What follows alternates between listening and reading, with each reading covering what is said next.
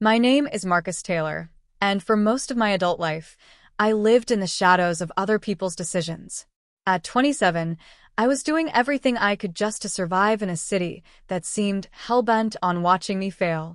By day, I worked as a cashier at a struggling grocery store downtown. By night, I delivered food in a dented Toyota Corolla that rattled when it turned. I wasn't lazy. I just hadn't caught a break. And I didn't come from money. My parents passed away when I was in high school, and I'd been on my own ever since. Every day was a grind. Wake up at 6 a.m. Shower in a tiny, mildew-stained bathroom with flickering lights. Dress in my best, still-wrinkled shirt. Hustle to the store where Mr. Rodriguez, my boss, would remind me every morning that the register had better not be short. "You've got a good head, Marcus," he'd say, "but good heads don't pay bills unless they work." Then I'd head home. Well, not a home, more like a box. Unit 3B at Henderson Apartments, run by Mr. Dale Henderson, the kind of landlord who thought compassion was for suckers. The building was old, the plumbing was worse, and the heating was non-existent. But the rent? Always on time. Because Henderson made it clear, miss one payment and you're out. Still, I tried to stay optimistic. I kept a small vision board taped to the back of my bedroom door. It had cutouts from old magazines, pictures of tall glass buildings, clean suits, people shaking hands in boardrooms. In the middle, taped in gold Sharpie, were the words, "Be your own boss." Every night, I stared at that board before falling asleep. Some nights, I believed in it. Other nights, it felt like a cruel joke. There wasn't much joy in my life, but there were a few bright spots. My neighbor Rachel Carter, a nursing student from Brooklyn, was one of them.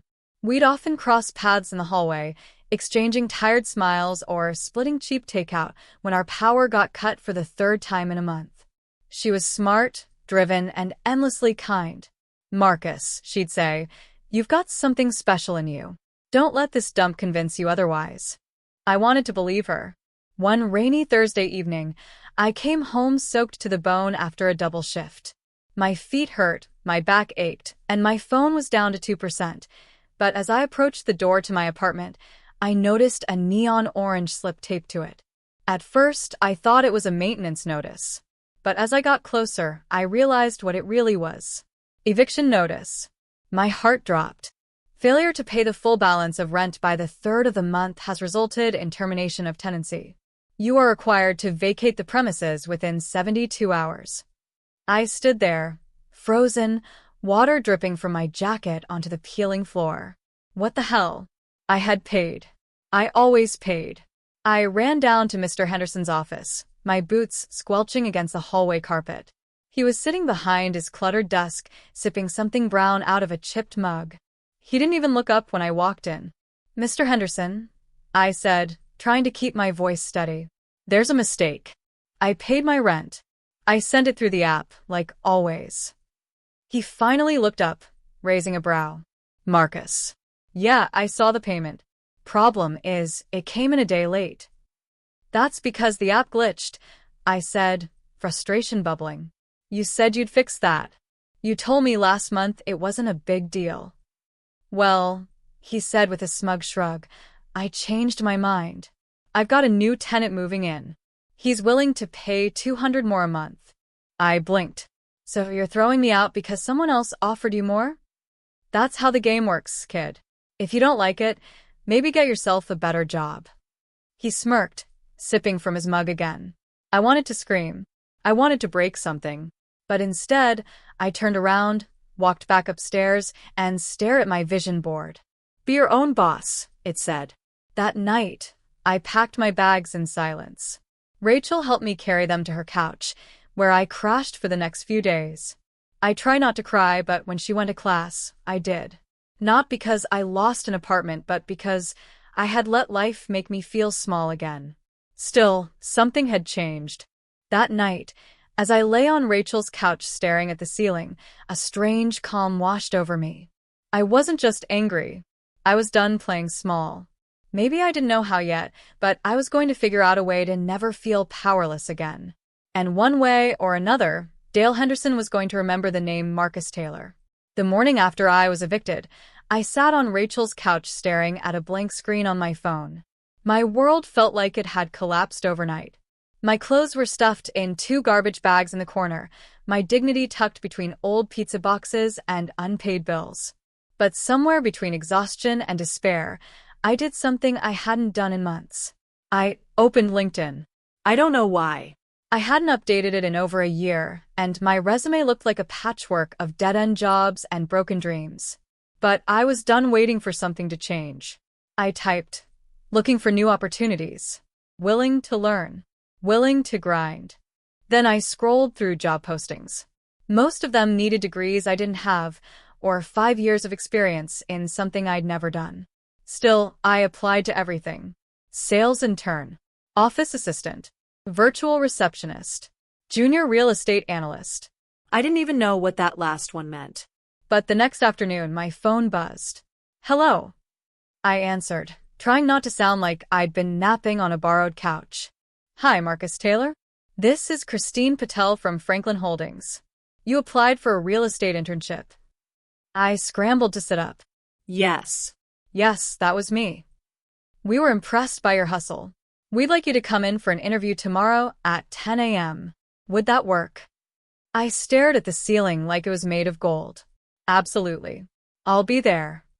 After the call ended, I felt a flicker of something I hadn't felt in weeks, maybe months. Hope. The next day, I put on my cleanest shirt and tie and borrowed Rachel's old laptop bag. She smiled as she handed me a thermos of coffee. Go show them what you're made of, she said. The office building was nothing like Henderson Apartments. It was sleek, silver, all glass and motion sensors. The front desk smelled like leather and fresh paint. I felt like I didn't belong, but I didn't let that show. Christine met me in the lobby, a sharp-looking woman in a navy suit with a calm but focused energy. We don't usually call people in this fast, she said as we walked toward the elevator, but I liked your message. Grit's hard to find. The interview went better than I expected. I didn't try to fake experience. I just told them the truth. That I'd worked every kind of job, learned on the fly, handled angry customers, managed tight schedules. That I wanted something better, and I'd do whatever it took to earn it. 2 hours later, I got the offer. Unpaid at first, but with potential. I took it. The next few weeks were a blur. I commuted by bus and train, soaked in real estate jargon like it was oxygen. Escrow, cap rate, REITs, market comp. I watched everything, asked questions, stayed late, and took notes like my life depended on it.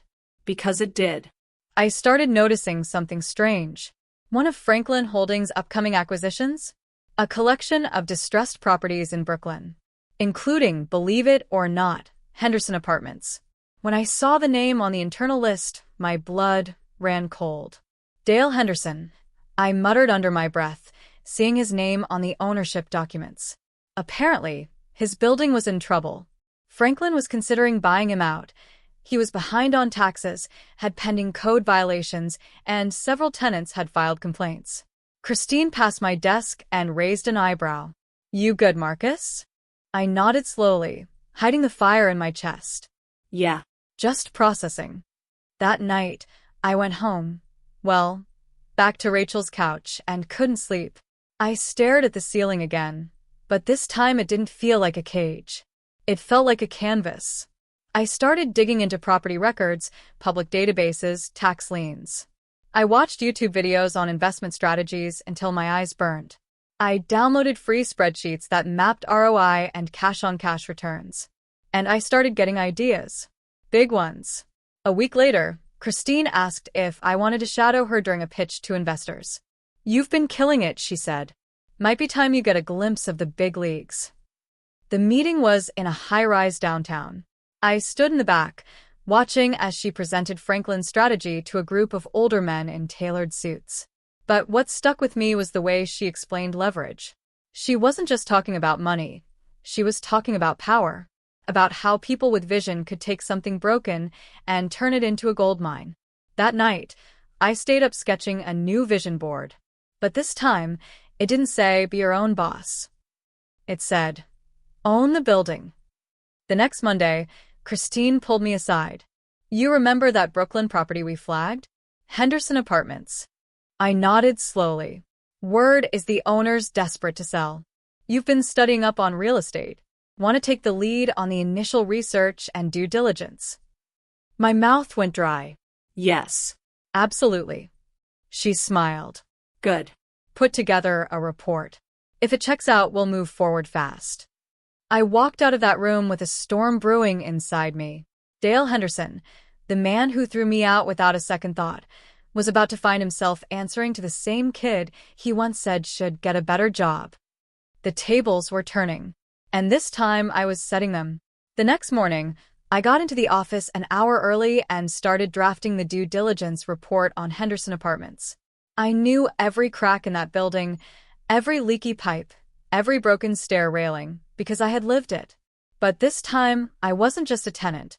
I was the one holding the magnifying glass. I documented every violation I remembered. Pulled city records showing fines for poor maintenance and missed inspections.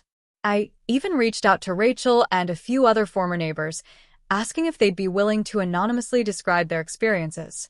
The file grew bigger by the hour. By midweek, I presented it to Christine in a sleek binder with color-coded tabs and projected renovation costs. She was impressed. "Marcus," she said, flipping through the pages, "this is beyond intern level. You're running circles around the junior associates." I smiled faintly. I guess I had some personal motivation. She leaned back in her chair. "Well, your instincts are right. This property is a mess. But it's undervalued. If we buy it, clean it up, and rebrand, we could flip it or lease it at a premium." She paused. "You want in on the next step?" "Absolutely." "Good. We'll be meeting with Mr. Henderson next Tuesday. You're coming with me." My heart skipped a beat. I was going to sit across the table from Dale Henderson as a representative of the company trying to buy him out. The man who once smirked while handing me an eviction notice would now shake my hand, because he had no idea who I really was. For the rest of the week, I doubled down. I stayed in the office past 10 p.m., studying past acquisitions, learning negotiation tactics, memorizing zoning laws, rent control clauses, even studying New York housing redevelopment programs. Every piece of knowledge became a brick in the foundation of the future I was building. But the pressure was rising too. I wasn't just gunning for revenge. I was risking everything.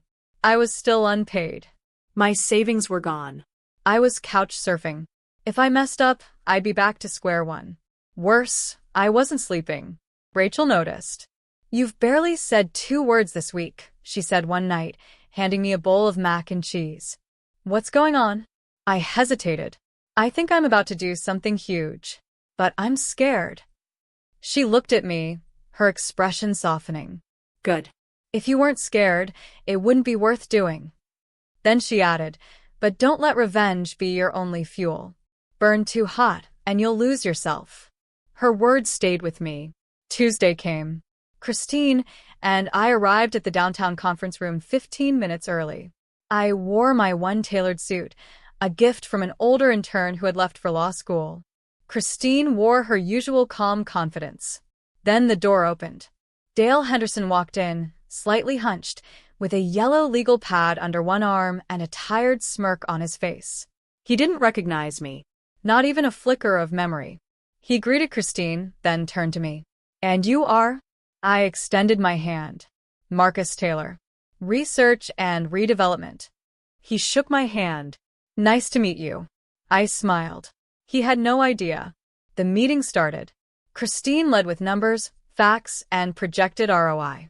Dale tried to talk tough, pretending his property was a gold mine. But we had the data, and we had leverage. When he offered a price, Christine countered, sharply lower. "We're prepared to walk," she said coolly. "The violations, the taxes, the lawsuits, frankly, we'd be doing you a favor." Dale blinked. "Who the hell gave you all that?" Christine glanced at me. "Marcus compiled the report." He turned to me confused. "You." I met his eyes. "I used to live in Unit 3B. Remember the guy you evicted for being 1 day late?" The blood drained from his face. Silence fell like a hammer. "Looks like I found that better job you mentioned," I added, my voice even. Dale stammered something unintelligible, but Christine cut him off. "So, Shall we proceed? Or are we done here? He swallowed hard. Let's talk. We negotiated for another hour. By the end, Dale had agreed to a deal, below market value, under pressure, with full transfer of ownership within 60 days. As we shook hands to finalize the agreement, he refused to look me in the eye. Back at the office, Christine clapped me on the back. You handled that beautifully. I've been waiting for that moment a long time, I said. She paused. I know we don't normally offer this mid-program, but how would you like to stay on full-time? Salary, benefits, your own office. You've earned it. I could barely speak. Yes, I managed. Yes. I'd love that. The next month moved quickly. Dale was out. Franklin Holdings was in. We started renovations immediately, new wiring, plumbing, fresh paint. The building got a new name, Crescent Flats. And I got a new title, Associate Development Manager. That came with something else, too. An office on the top floor of the new Crescent Flats building. Overlooking the exact window I used to peer out of in Unit 3B. One afternoon, while touring the site, I saw Dale in the distance, packing boxes into an old truck. He looked smaller than I remembered. Tired. Bitter. He saw me. I nodded. He didn't nod back. But I didn't need him to. Because I wasn't the same person anymore. I was building something new. And I was just getting started. The ribbon-cutting ceremony for Crescent Flats was scheduled for a sunny Friday in early spring. The building sparkled under the afternoon sun. Fresh white paneling, a sleek new sign, glass doors that reflected the future. I stood in the front with Christine and several city officials, all of us dressed in sharp suits, holding oversized scissors like symbols of arrival. There were balloons, a cater buffet, and even a small jazz trio playing in the corner. Local press showed up, snapping photos and asking questions about the transformation of one of Brooklyn's most notorious properties. They called it a visionary turnaround. But for me, this wasn't just a business win. It was personal. I looked around at the crowd and spotted familiar faces. Rachel, who had taken a job as our new leasing manager. Ms. Deidre, one of the elderly tenants Dale had ignored for years, now proudly standing near the new mailboxes, chatting with reporters. Some of the people I once shared cheap walls and loud hallways with were now standing in a building that finally respected them. And then I saw him. Dale Henderson. He lingered across the street, half hidden behind a row of parked cars.